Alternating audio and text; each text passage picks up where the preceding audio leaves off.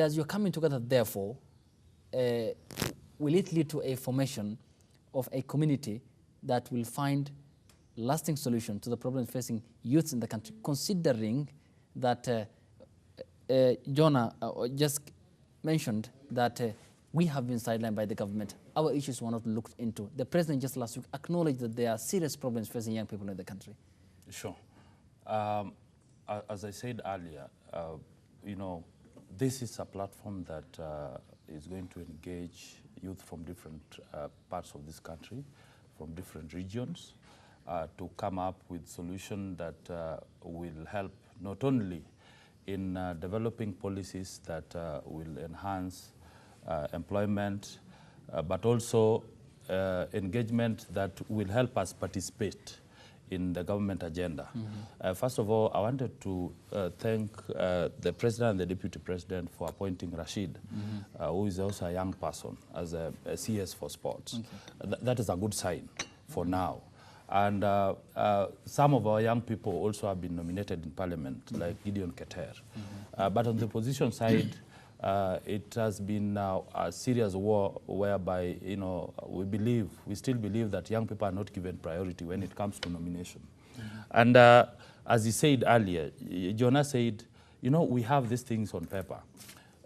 In the last 2009, we have a bill in Parliament that formed the National Youth Council, which was supposed to be in place to advocate for the issues of the young people in Parliament and also in government. But actually, up to date, it has not been operationalized. The government is not serious about the National Youth Council. It was fought until the last minute. Actually, it is not even there. The government also initiated the Youth Employment Authority bill that was forwarded by Sakaja. It has not been implemented. How then are we going to, we are just talking about developing database that will enhance youth employment. It is not going to help us. We are coming up, this is a movement that we are not going to keep quiet, but we want to use platforms to pressurize the government to give appointments to the young people who are qualified to be employed. Even those who are not qualified but have talent to work in those government. We are not going to discuss experiences which has barred young people from getting this appointment, that you have to be 5 years experience. No, we are not talking about that. We want young people to be employed, whether they are experienced or whether they are not experienced, so that they can get those experience. The president talked about the corporate appointments as in different boards. We are even asking the CS in charge of devolution to ensure that even in county governments, we want to participate in these board appointments and we want to engage. Actually, we are going to monitor how appointments are done and we will put it in public. We are currently acting as the opposition government because we don't have opposition leadership. Actually, you saw what happened after the handshake.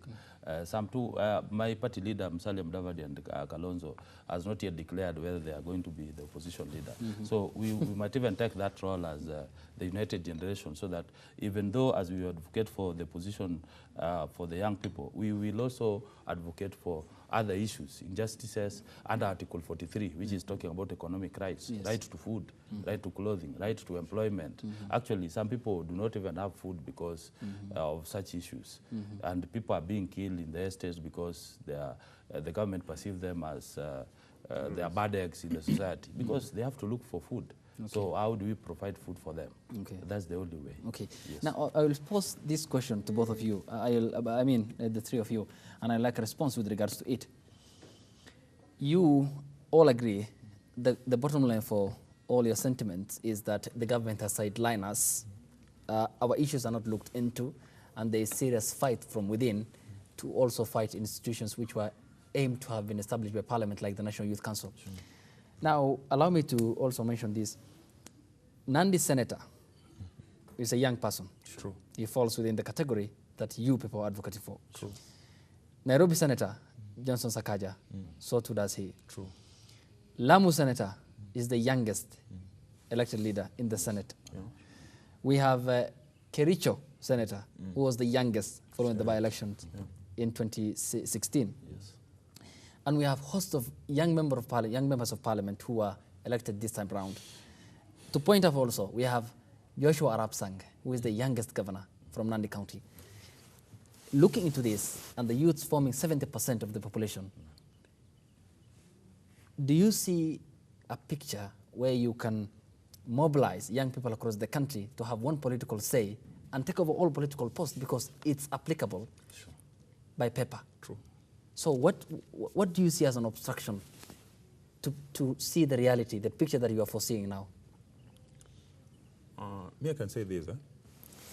The first disease that we have in Kenya that makes the youth cannot go far is what we call tribalism.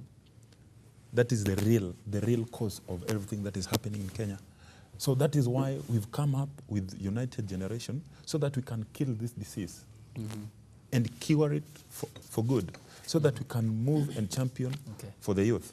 Yes. Okay. Kennedy. Actually, I would say there's no obstruction because first, you know, people like Sang, they were student leaders, and you know, they somewhere they started, and they've been working hard towards achieving what they have to achieve, and it's a good example for us as young people, not only to depend on politicians, but we also have a chance to participate actively in political arena.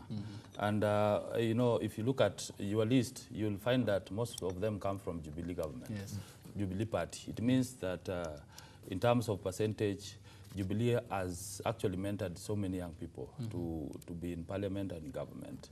And it only takes the hand of a mentorship.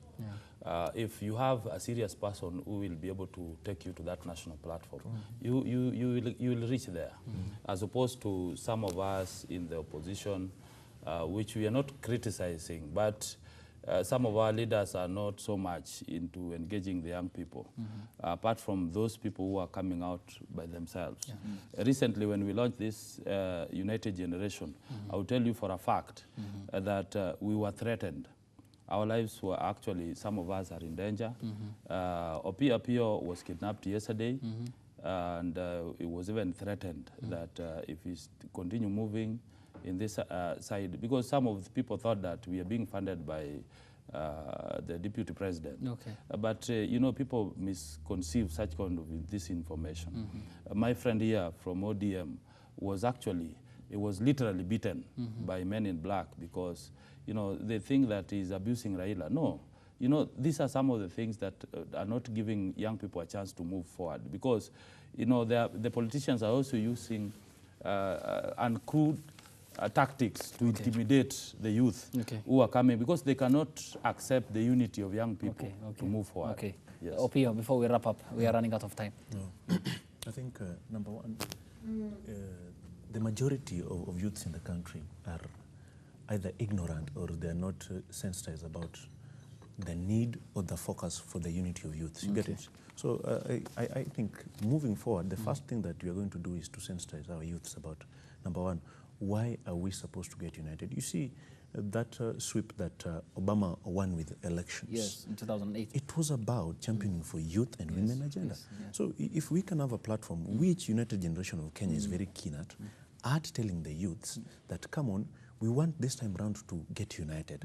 But the purpose or the bedrock of getting united is this pillar, 1, 2, 3, 4, 5, 6. Then we move at the four corners of the country. Tell youths every moment and every time that this is what we want. I think we're going to achieve big time. And that is one of the way United Generation of Kenya is placing its thing to move forward. That's where you're heading.